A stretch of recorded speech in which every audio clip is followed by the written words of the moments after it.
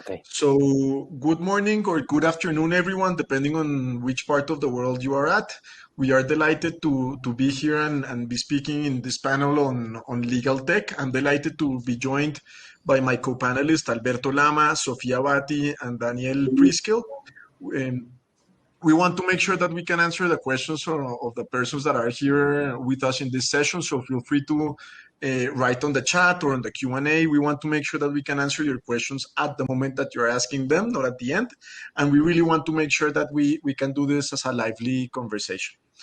So welcome everyone. I'll start very briefly by introducing myself, and then I'll allow everyone to introduce themselves. My name is Jose Torres, based in Colombia. I'm a partner at Lexia Abogados, where I lead the legal design, fintech, and crypto area of practice. And I also act as an angel investor in legal tech in Colombia. I'm delighted to be here with you guys. So Sofia, if you would like to introduce yourself as well. Hi, everyone. Thank you, Jose, for having me join the panel today. I'm Sofia Atamfati, and I'm the head of strategy and policy at Simmons Wavelength. Some of you in the audience may have heard of us, but for those that haven't, I will just say a few words about what it is that we do, and then maybe a couple of words about the themes that I think might be pulled out in this conversation that I'd be interested in exploring together. Simmons Wavelength is a legal engineering company, and hopefully that's a phrase that is a little bit more familiar to people nowadays. But essentially what we do is, instead of building point-to-point solutions on single problems in the supply chain of legal services, actually what we do is we build a multidisciplinary team that's made up of data scientists, legal designers, policy experts like myself, data scientists, process engineers, and lawyers. And we surround the problem, the legal problem, and we look at it from the vantage point of what is the outcome the client is seeking to achieve, and what is the current state of the problem, and how might you do that? And what are the best technologies to bring to bear, or what are the best devices you might bring to bear, or the best approaches? Sometimes that does involve technology, sometimes actually it doesn't. Sometimes it requires just an innovative mindset and a rethink about the way in which you approach the problem. And I think that sits at the heart of the Simmons Wavelength mission, which is reinventing the way in which we deliver legal services through the lens of the user. So user centricity is kind of our mission there. And I think there's three things that I thought I might mention up top, Jose, that I thought would be great to discuss, which is, for me, there are three big thematic drivers in this sector that have really driven the emergence of legal technology. And certainly in my work, I've been here in the UK leading and pushing on legal technology in my previous role as Director of Policy at the Law Society of England Wales for a while. And the first of those is data. And I think the only thing I'd say is every business is a data business, and we really need to think about what that plays out like in legal services. The second theme is the computational capabilities. So data on its own was great, but data coupled with what you can do with data now actually gives us an opportunity to do things really quite vividly and innovatively in a way that previously, even just 10 years ago, would have been unthinkable. And I think the third here is the point that I made very briefly just now, which is I think we should be talking about legal innovation rather than legal technology, because innovation is so many things more than just technology. And often people reach for the shiny toy. And sometimes it's not the shiny toy you need. Sometimes you need to think about what it is you want to achieve and what it is your clients want and what is it our clients need. Richard Susskind makes a really lovely point when he talks about the use of legal technologies in the court system, which is a court a place or a service? And it's a really fundamental question about rethinking the place of legal services now that we have all of this data available, all of this capability, and the lens of innovation and multidisciplinary approaches. And I think those three together blended make for a really interesting conversation. I'm really looking forward to maybe exploring some of that together.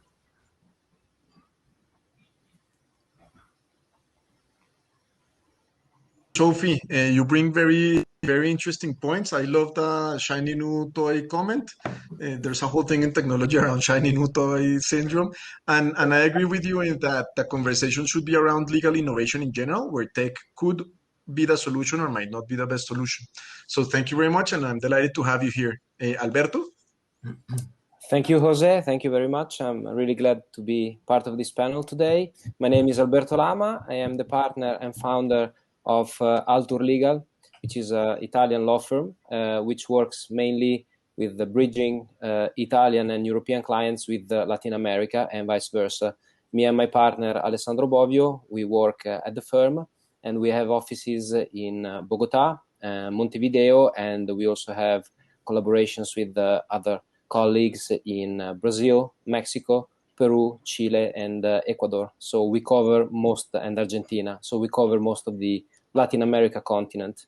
Moreover, we are also legal tech entrepreneurs, although at the very startup level, as we have founded jointly with other partners a legal startup in Italy, which has its aim to provide easy and affordable access to legal documents to a broad audience in Latin America. So we looking forward to launch within this year in Colombia first, and then in other Latin countries. So I'm very interested in the legal tech environment discussion, as I believe it's really key for the development of the legal profession in the coming years. And we can see it every single day, even in Italy. It's quite a huge sector, and it's expanding very rapidly, both at the private and also institutional level. And I see a lot of similarities with the markets in Italy, and also in some countries in Latin America. So I'm really looking forward to the discussion with this great panel today. And thank you again. Thank you, Alberto. That's great to hear that you're launching in Colombia.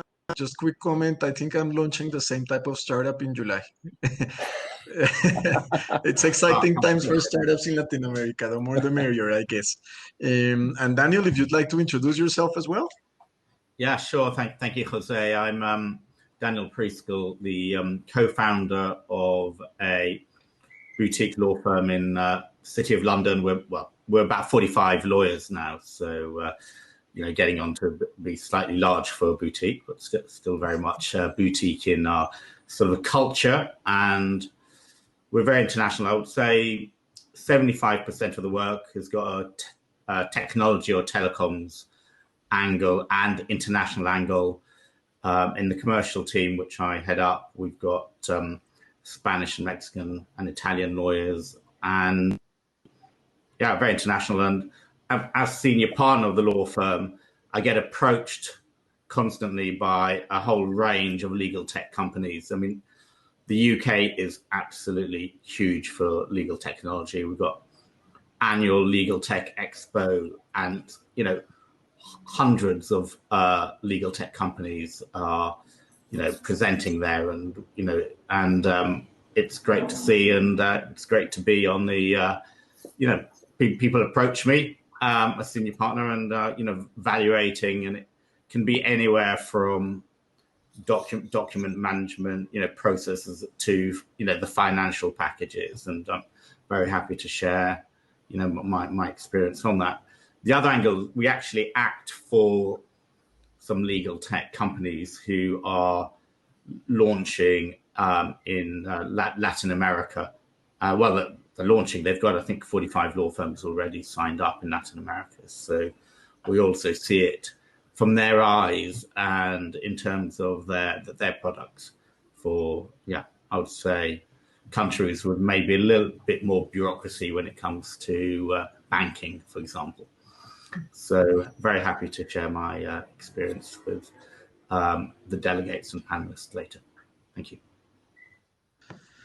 Perfect. That's great. Thank you guys very much for introducing yourself. As the people joining our session can see, we have a wealth of experience in this panel in many types of different areas with different interests.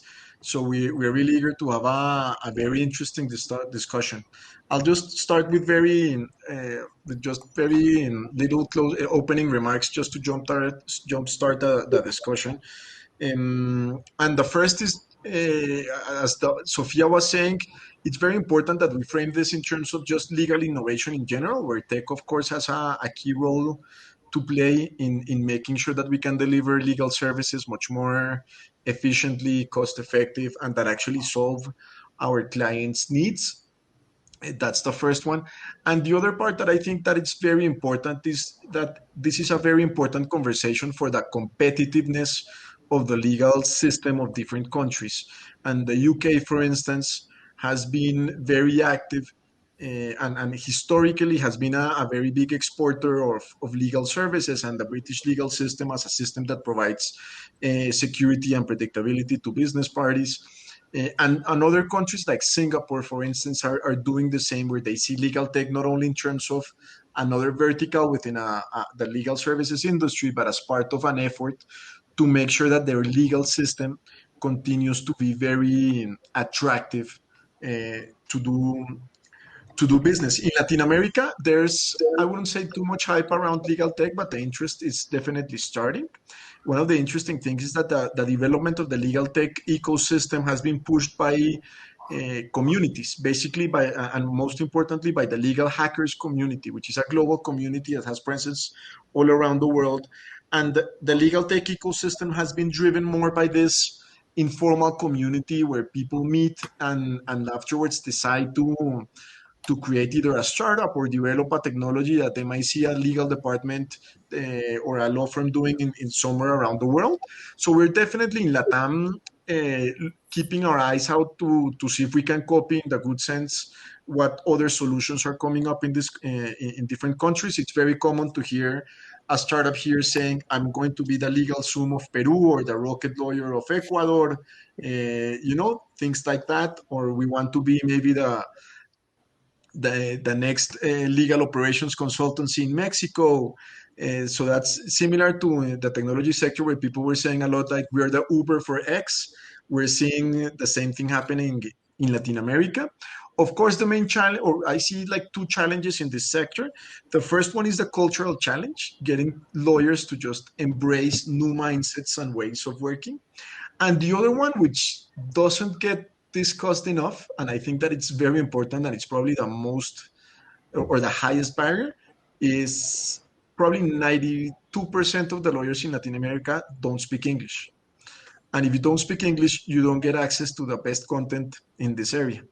So I see those as the two big challenges. Having said that, given the many troubles that Latin America has, I think that there's tons of opportunities for legal tech, and I'm very excited. So Sofia, I'd like to maybe start with you, given your work in Simmons Wavelength.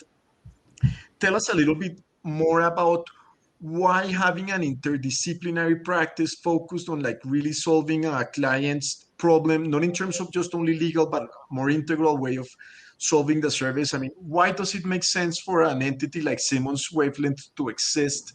What are the advantages? How do you see scaling up? Tell us a little bit about what you're doing in that area. Yeah, absolutely. And I think it's a really great case study to share with folk. And I hope someone gets to do subtitles on this so that those that want to access this knowledge, and I'm afraid I don't speak many other languages, are useful. So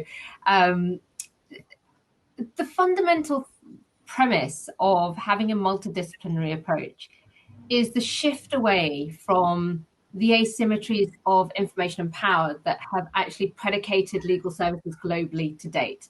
That is, the lawyer sitting at the center, and this is not unique to law. This happened in healthcare as well. I used to work in the, I used to lead the strategy team for the National Regulator in Healthcare here in the UK, and it was a global problem there as well, where you have the expert sitting at the center, and then the needs of the client revolve around that individual. So I can do this, therefore your problem over here must fit my expertise. And that's an expert-driven model, and it's an expert-centered model. Now, the problem with that, of course, is it worked perfectly well hundreds of years ago. It's increasingly rubbing clients up the wrong way. It's not serving them particularly well, and neither does it allow for great innovation, because what you get is a status of inertia built into the system, because if actually what you do is repeat what you already know multiple times over, but for different people with a slightly different flavor on it, you're not really pushing yourself to think differently. And the legal engineering approach, the multidisciplinary approach that Wavelength have developed, actually flips that relationship almost entirely. And it doesn't put the legal engineers in the driving seat at all. It doesn't put me as the policy expert at the center and the heart of the problem. We put the client in the middle, and then we put their problems around them. And then we say, which of these problems would you solve how? And therefore, which disciplines would be the best to bring to bear? This is actually just mainly a comm problem. They need to find a better way of communicating with their clients. Maybe that's a legal design solution that they need.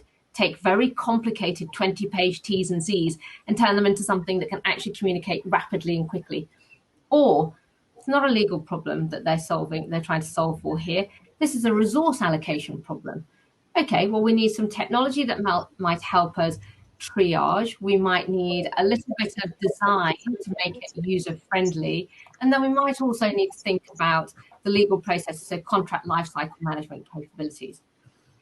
An example of something I'm working on at the moment is sustainability. So as many of you know, the world is quite rightly thinking seriously about the climate crisis, right? And this is not just about net zero, this is all things ESG. Started my career at the UN, so I feel quite fond of the Sustainable Development Goals. And actually, many of our clients, on the face of it, say we need some legal advice about what we should do about our ESG exposure. And interestingly, when you pick that apart, they have multiple layers of need. They might have a legal need, which is, what's my legal exposure here? What are the regulatory requirements I have to live by? But actually underneath that, there's a policy layer, which is, what's the direction of travel? And then below that, now that I know the direction of travel, where exactly is my business in comparison to these targets? How do you answer that? You don't answer that through a legal analysis, you answer it through data. And so that's when we bring the data scientists in. And then once you have that data, you need to communicate it to the board and the C-suite. Well, there you need a data visualization expert. And then we might revisit the legal aspect once we have all of that. And I think that turning the center inside out and putting the client at the center and their outcomes that they want to achieve actually drives innovation, because it makes us think really hard about how to do things. It's not easy work, but also really interestingly gives them far better satisfaction. So for anyone out there who's thinking, well, why should I even do this? I'm sitting pretty at the moment, just having myself at the center. Increasingly, particularly in-house clients, are not willing to accept that as good customer care. There was some research done a few years ago by Judge Business School here in Cambridge that interviewed general counsels, and they very clearly said, we don't want transactional law, we want a relationship. I don't want expertise-driven services. I want you to understand what my world is like, and I want you to come to me based on my world, not on yours, dear lawyer.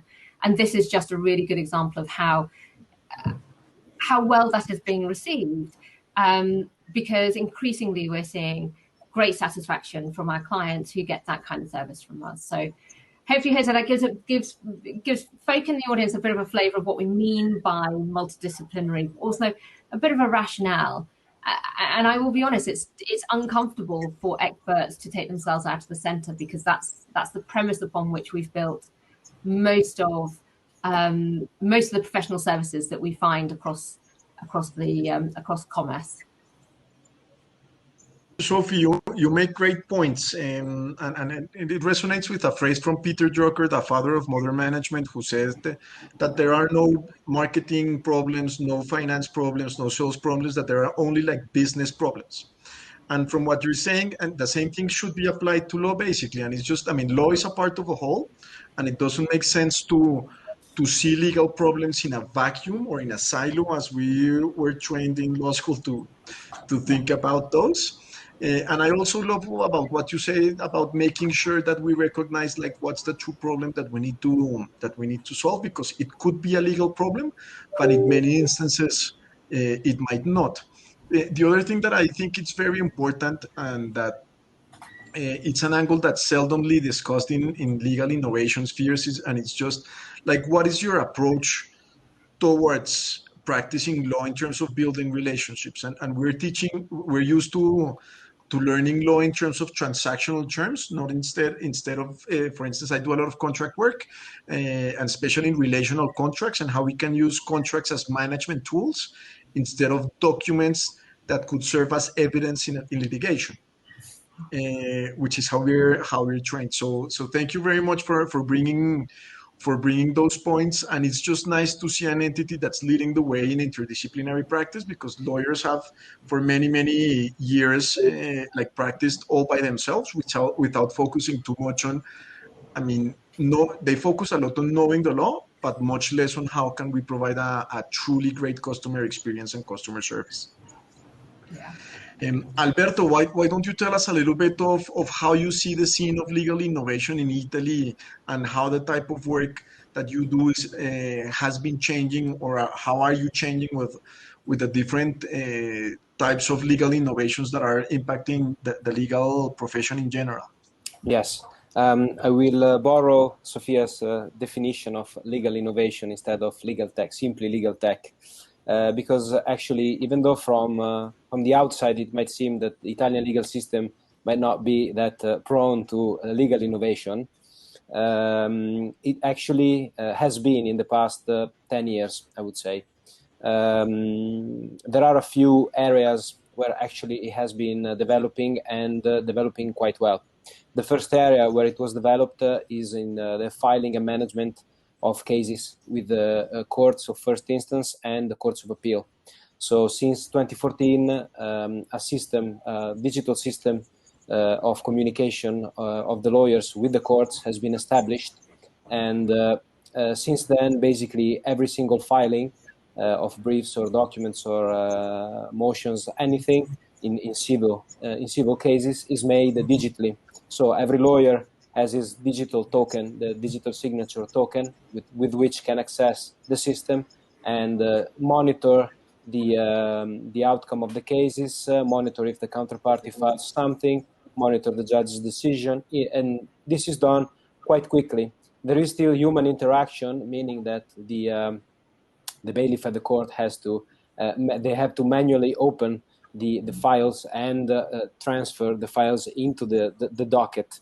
But it works quite well. On average, I must say that these first 7 years that the system has been implemented has been working quite well. And now they're also implementing similar systems with the administrative courts and also with the Supreme Court. So this year, we should be able also to start filing with the Supreme Court the requests, which is a great advance actually for us, because before it was quite cumbersome and you needed to have a colleague in Rome that would go physically to the court and file paper-based documents. So it's quite a big innovation, and this has spurred the firms actually to also start innovating inside.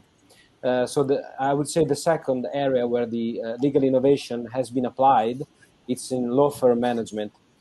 So many firms now employ systems, commercial systems that integrate the management of cases, files, documents, and also emails relationship with the client. So basically in one solution, you can also manage the filing with the courts and communications with the client. And this has been also very useful to upgrade and better the work that the lawyers have been doing. Then the third wave came, and it's what it's on now. It's what's actually been developing recently, and it's automation of legal documents and the corporate law sector.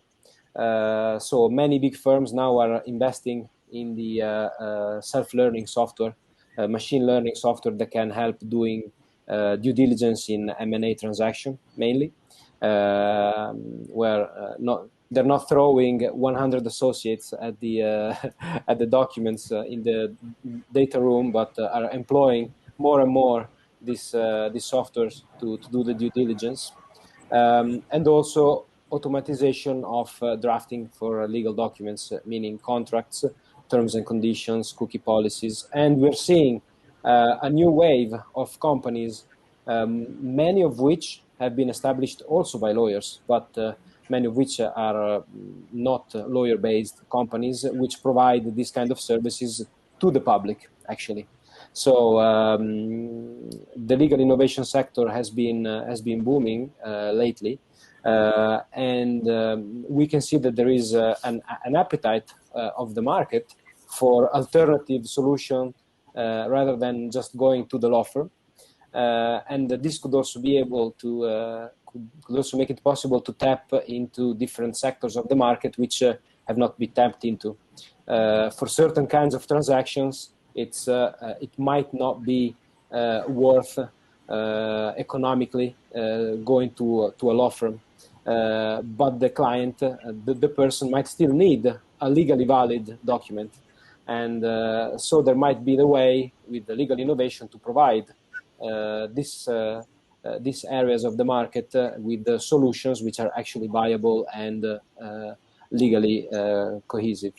And what we've seen recently is also bigger firms in the wake of, like similar to what Simmons & Simmons has been doing, investing heavily in competencies which are not legal based. So many firms also here in Italy have employed and internalized the resources which have engineering and IT backgrounds to develop tailor-made solutions to manage their own practice and better it. And the public news has been that some of these firms have invested as much as 2 or 3 million euros to carry out this kind of work. So obviously, there is a big hunger for this, and the stage is set for the big development of legal innovation. In my view, this will also mean a widening probably of the difference between the bigger law firms and the smaller law firms. Because if bigger law firms invest this heavily in legal innovation, they will gain a major advantage, which they already have compared to the middle and small law firms, but they will have such a major advantage that it will be very difficult for the small and medium law firms to bridge and to compete with. And they may also be able to tap into markets that for the moment haven't been one of their objectives because they didn't make monetary sense. So it is my opinion that also small and medium law firms should try to get into legal innovation for as much as possible, obviously within their limits, to try to not to lose ground compared to other law firms, to bigger law firms. And just one last remark, that now there is a public discussion also at institutional level about predictive justice here in Italy. Some courts, namely the Court of Brescia, is starting a pilot program on collecting a database of decisions of first instance and Court of Appeal judgments that should be made available to a wide range of stakeholders, so that lawyers and other stakeholders can gauge beforehand the timeline of their potential case and the potential outcome as well. And this brings a whole set of issues with it, obviously, because it's not easy to regulate this kind of advance, but it's very interesting, and to me it's all the more interesting because even though we are not a case law based legal system, whereas in our system the judge is usually free to decide the matter on his own, abiding by the legal principles set out by the Supreme Court, but still theoretically there is no precedent, so it is all the more difficult to predict how a case will go because the judge is freer to decide than in other systems, namely the UK one. But still, I find it very interesting and very indicative of the importance of the legal innovation in the Italian legal sector. Thank you, Alberto. I'll just make a very brief comment before I yield to Daniel. I actually firms that invest a lot of money in technology are at a disadvantage because in my experience, from what I've spoken, no partner in a law firm has a product mindset or knows how to lead a product engineering team or how to... and the other thing that where I find big advantage is that right now with no code tools, you can build amazing stuff. And if you just have the right mindset and the right team, it doesn't matter if you're big or small. So I actually think that those law firms are going to make the big mistakes that companies did when they were starting digital transformation. They were spending a lot of money to build stuff in-house, and probably repeat all of those same mistakes, because having a product team and a law firm at the same time, you really need a special skill set for that. And you need to make sure that lawyers leave their ego in check, which is something that's very hard. And so I'll leave it there. Daniel, tell us about your views. How are you viewing, from your perspective, the developments on legal innovation? Yeah, thank you, Jose. Yeah, no, it's potentially big, and we're evaluating a whole range of options, and are using a whole range of legal tech solutions. Actually, a friend of a friend was almost, well, actually, a good friend of mine was perhaps, the fact that, almost the leading light, because he took a company called PLC, Practical Law Company, in the UK, which just produced magazines. He sold, and he created in the 90s a platform for due diligence. He was ex-Clifford Chance, and PLC bought it. They didn't have any money. He was lucky that they didn't have any money, so they gave him shares, which made him an absolute fortune when. But it was his technology in the company. They didn't use the due diligence technology at all, but they used his software to then go online, and many of us around the globe sign up to Practical Law Company, PLC, now Thomson Reuters, and they sold to Thomson Reuters. I think in the hundreds of millions of dollars, an incredible business. And so that's the first. And So I've seen it from a friend of mine right from the beginning, taking it, online, and that is very powerful. But we don't even really think about them as being legal tech. We kind of just pay our subscription, and use it. But going forward, I'm very interested in what Sophia had to say, because firms such as ours, I think it'd be very interesting to speak to company like hers and say these are the issues. So we've tried, on the billing side, for example, and practice management and document management, there are lots of solutions, but hopefully there'll be some that work. But invariably, and I think for delegates listening, they probably like parts of many of the solutions, but haven't got the one that does everything for their firm and their size. So I think there's a lot to be said with approach that they're taking, Simmons Wavelength. And at the same time, we've seen what Alberto has described in Italy with the court forms, so much more efficient now that it's all done, all court forms are done online. And on the litigation, there are plenty of solutions out there now trying to help with discovery. So we've got on the litigation side, we had a case recently with about 700,000 documents that needed to be reviewed, and you've got some really good software now where you can put keyword searches in. On the corporate side, we're all now used to having virtual data room. I mean, you'd be amazed now in a corporate M&A deal said, this is the address of the data room, and the nearest train station is the following, and you go there, and it goes without saying. And our law firm, we have our own software now for the virtual data room for corporate transactions, and we provide that to our clients, and that's quite standard. So again, just showing where legal tech has gone to, and it's become part of day-to-day life and expectation in a very rapid time. And it's a shame, because I quite liked, my favorite data room was in the Bahamas. So I used to go down there, and we'd have to go there with the team, and they'd be very, very, very grateful for it. But that was a lot of expense and time, but it had certain benefits, especially when you come from London.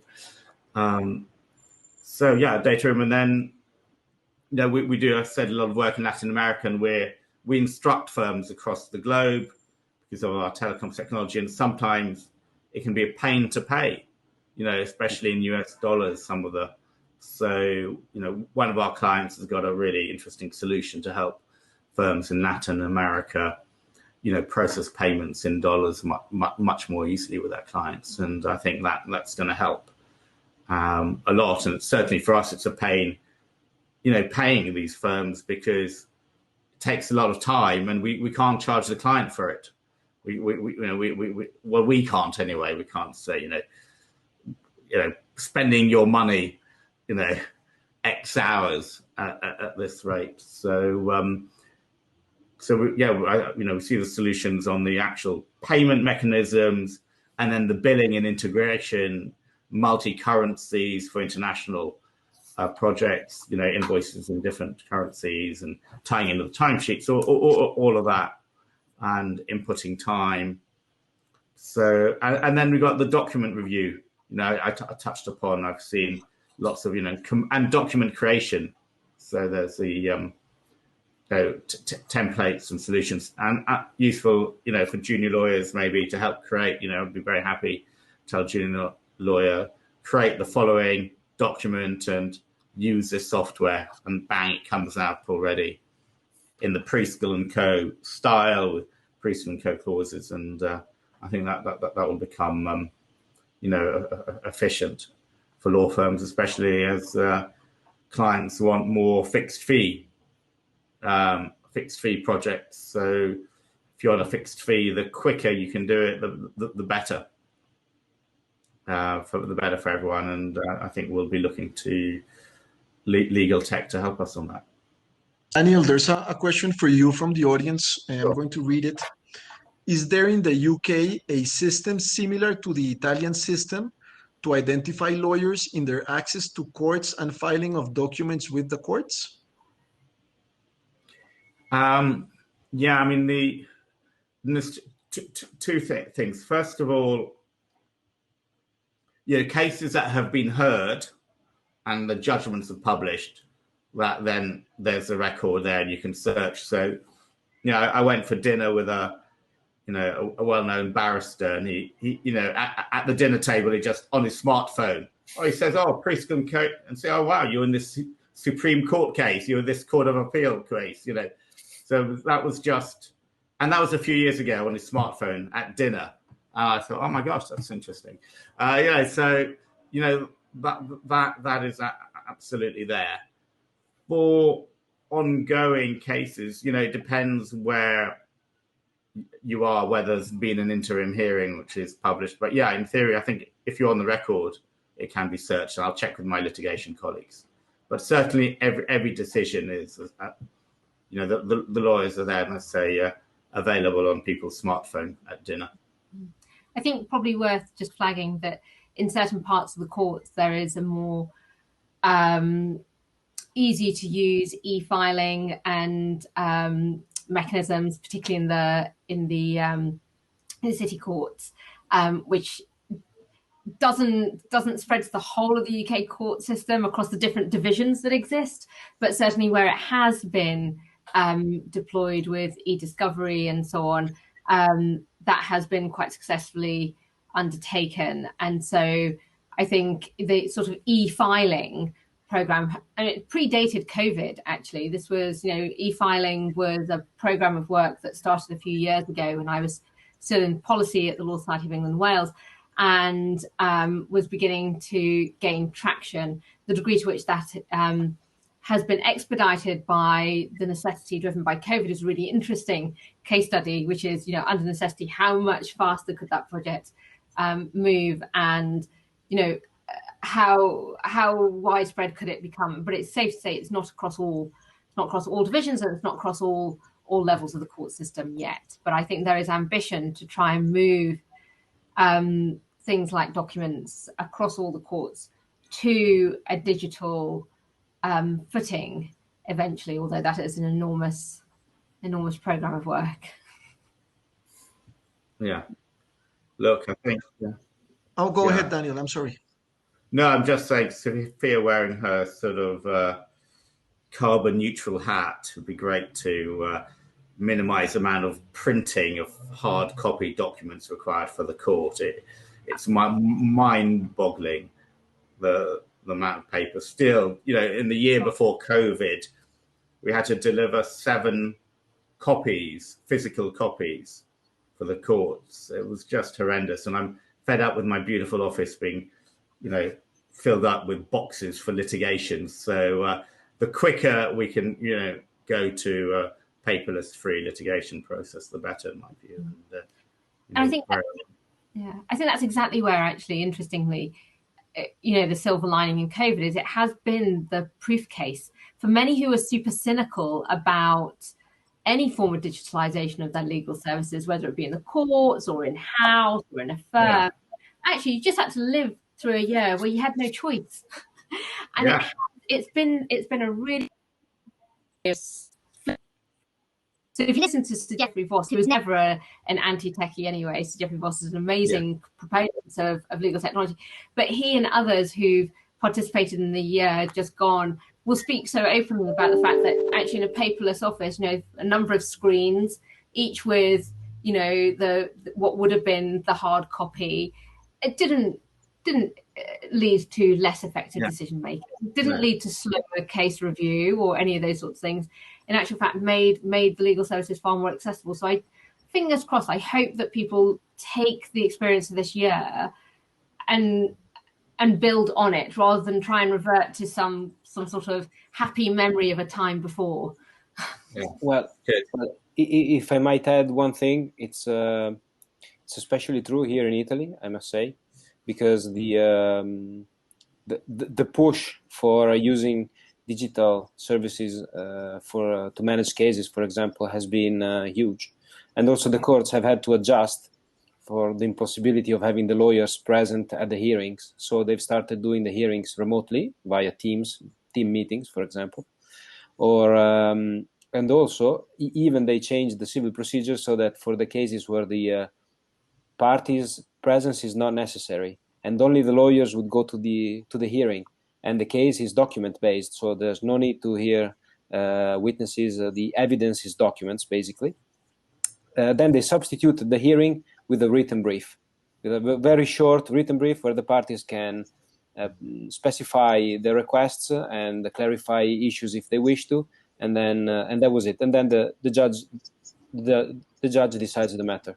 And I hope and I think that that will stay, because I think they found that they can close the cases much quicker without needing to see the lawyers, which I think sometimes they prefer if they can avoid having us in presence. And so I think really the pandemic has been a big push in this respect.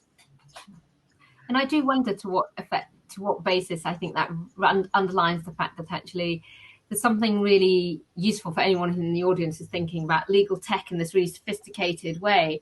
Actually, if we just think about the fundamental building blocks of the justice system and simply seeing those through a digital lens, that's actually probably where the greatest impact could be made quite quickly.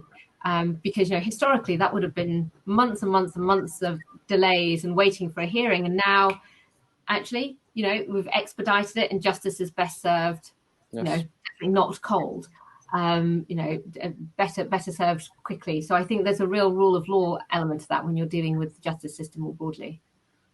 We have 3 minutes left before we wrap up, so I'll invite everyone to just give their final thought on the matter. I'll start with mine.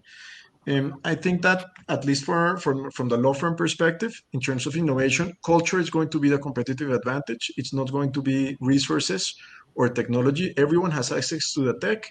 I think that resources are not an issue, but culture is probably that most difficult part in this digital transformation journey that the legal profession is going. Sophie, final thoughts? I think probably not to get too wound up and caught up in the technical fear of this is super sophisticated AI and being lost in that, and actually just thinking in really basic terms, which is what is it we're trying to achieve for our clients, and are there other ways that we could do this, and breaking down the problem, starting with the client, thinking about the outcomes, and then thinking about the best way to get there. rather than thinking that you need to become a master of every technology available. Thank you, Sofia. Alberto? Yes, I agree with you that surely culture it's a main factor with respect to legal innovation for law firms, and I also think that law firms should also start to look not only inbound, meaning where they are actually located, but also look at legal innovation in a more international way, on an international side. Because I think at the moment the legal innovation is done state by state, area by area. It's difficult to find a player which is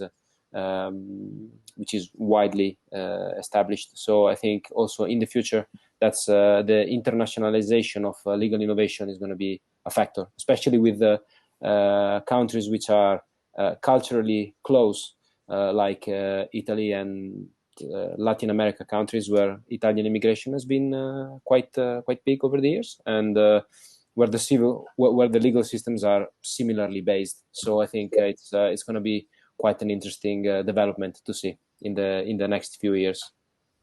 Thank you, Alberto. And Daniel?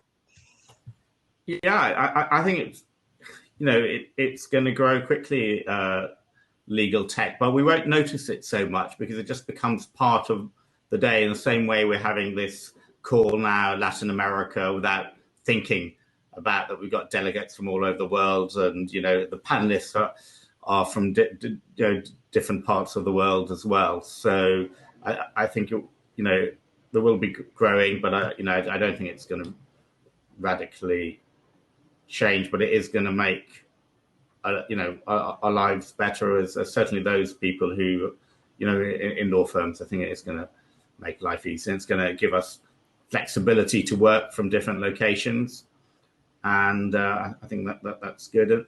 But the other point to mention, because legal tech is a buzzword in London, that there's finance coming in because of the success of people like PLC. So these companies can actually make money, get funding, and then they'll be able to provide better services into a little bit like Simmons Wavelength. They got funded by Simmons & Simmons, so that takes them to the next stage. So I do think we will in the next 3 years see a lot more sophisticated legal tech companies who are funded through the private investors or stock market. So which bodes well for those of you who are shareholders in legal tech, but also good for those of you who are partners in law firms or anyone in law firm, because you will have some better technology to make your life easier, maybe even get out of the office in time to do something in the evening, who knows. So I think it's going to be good for everyone in the cycle. Thank you very much. I want to thank Alberto, Sofia, and Daniel for joining us in interesting panel, and I want to thank the audience that joined us and was with us during this session. We invite the audience to go now to the expo and see the other sessions that are starting. Alberto, Sofia, and Daniel, it's been my pleasure to be here with you guys. I really appreciate your time. Thank you very much. You're really welcome. Thank you, Jose. Thank you. Absolutely. Thank you for having us. Bye-bye.